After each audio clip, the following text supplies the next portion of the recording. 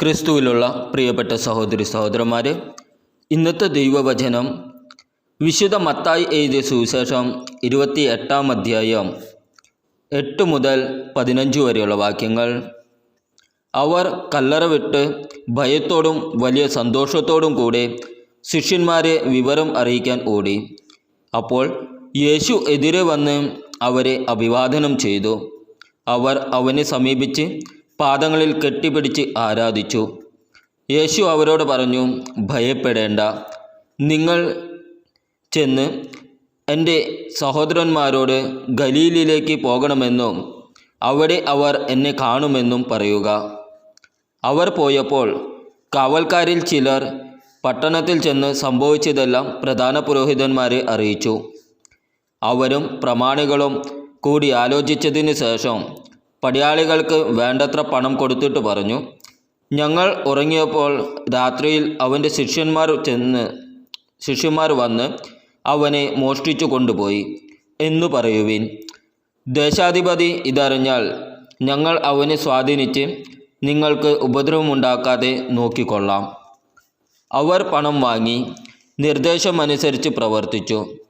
ഇത് ഇന്നും യഹൂദർക്കിടയിൽ പ്രചാരത്തിലിരിക്കുന്നു. നമ്മുടെ കർത്താവായ ഈശംസിഹായ്ക്കും സ്തുതി. ഇന്നത്തെ സുവിശേഷ പ്രതിഫലനം.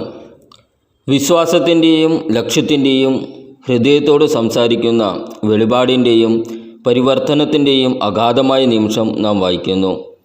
പുനരുത്ഥാനത്തിനു ശേഷം കല്ലറ സന്ദർശിച്ച സ്ത്രീകൾക്ക് വിസ്മയിപ്പിക്കുന്ന ഒരു സത്യം ലഭിച്ചു. യേശു അവിടെ ഉണ്ടായിരുന്നില്ല. അവൻ പറഞ്ഞതുപോലെ ഉയർത്തെഴുന്നേറ്റു. ഭയവും സന്തോഷവും കൊണ്ട് നിറഞ്ഞ അവർ ഈ അത്ഭുത വാർത്ത അവൻ്റെ ശിഷ്യന്മാരുമായി പങ്കുവയ്ക്കാൻ ഓടി. ഭയത്തിൽ നിന്ന് സന്തോഷത്തിലേക്കും അനിശ്ചിതത്തിൽ നിന്ന് വ്യക്തതയിലേക്കും ഏകാന്തതയിൽ നിന്ന് സമൂഹത്തിലേക്കും നീങ്ങുന്ന വിശ്വാസത്തോടെയുള്ള നമ്മുടെ യാത്രയുടെ സാരാംശം ഈ നിമിഷം ഉൾക്കൊള്ളുന്നു. യേശുവിൻ്റെ പുനരുത്ഥാനം അവൻ്റെ ദൈവിക ശക്തിയുടെ ഒരു സാക്ഷ്യപത്രം മാത്രമല്ല, നമുക്കെല്ലാവർക്കും പ്രത്യാശയുടെ വെളിച്ചം കൂടിയാണ്. ഒരു സാഹചര്യവും വളരെ ഭയാനകമല്ലെന്നും ഒരു രാത്രിയും ഇരുണ്ടതല്ലെന്നും പ്രത്യാശയിൽ രൂപാന്തരപ്പെടുത്താൻ കഴിയാത്ത വിധം ആഴത്തിലുള്ള നിരാശയില്ലെന്നും ഇത് നമ്മെ ഓർമ്മിപ്പിക്കുന്നു. യേശു എഴുന്നേറ്റു എന്നത് മാത്രമല്ല, ജീവിതം അതിൻ്റെ എല്ലാ രൂപങ്ങളിലും മരണത്തിന്മേൽ വിജയിക്കുന്നു എന്ന സന്ദേശമാണ് അന്ന് ആ സ്ത്രീകൾക്ക് വഹിച്ചത്. ആ വിശ്വസ്ത സ്ത്രീകളെ പോലെ പലപ്പോഴും എതിർവശങ്ങൾ നിറഞ്ഞതായി തോന്നുന്ന ഒരു ലോകത്തിൽ പ്രത്യാശയുടെ സന്ദേശവാഹകരാകാൻ വിളിക്കപ്പെട്ടിരിക്കുന്നു.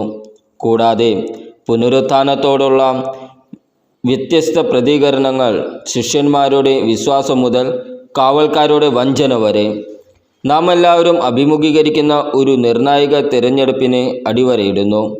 സത്യത്തെയും അതിൻ്റെ പരിവർത്തന ശക്തിയെയും സ്വീകരിക്കുക, അല്ലെങ്കിൽ അതിൽ നിന്ന് പിന്തിരിയുക.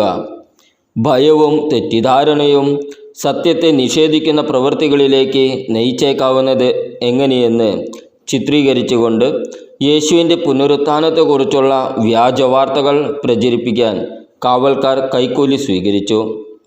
നമ്മുടെ സ്വന്തം വിശ്വാസങ്ങളുടെയും അവ പ്രചോദിപ്പിക്കുന്ന പ്രവർത്തനങ്ങളുടെയും സമഗ്രതയെക്കുറിച്ച് പ്രതിഫലിപ്പിക്കാൻ ഈ സംയോജനം നമ്മെ വെല്ലുവിളിക്കുന്നു. ശൂന്യമായ ശവകുടീരത്തിന് ആദ്യം സാക്ഷിയായവരുടെ ധൈര്യവും സന്തോഷവും നമുക്ക് പ്രചോദിപ്പിക്കാം. പ്രത്യാശയുടെയും സ്നേഹത്തിൻ്റെയും പുനരുത്ഥാനത്തിൻ്റെയും സന്ദേശം വാക്കുകളിലൂടെ മാത്രമല്ല, നമ്മുടെ പ്രവർത്തനങ്ങളിലൂടെയും ജീവിതത്തിലൂടെയും നമുക്ക് മുന്നോട്ട് കൊണ്ടുപോകാം. ഇരുണ്ട രാത്രിക്ക് ശേഷം പ്രഭാതം പൊട്ടിപ്പുറപ്പെടുന്നത് പോലെ പ്രത്യാശയും ഉയരുന്നു. വിശ്വസിക്കാനും അതിൻ്റെ മഹത്വത്തിൽ പങ്കുചേരാനും തയ്യാറുള്ള എല്ലാവർക്കും വെളിച്ചവും നവീകരണവും നൽകുന്നു. നമ്മുടെ കർത്താവായ ഈശംസിഹായ്ക്കും സ്തുതി.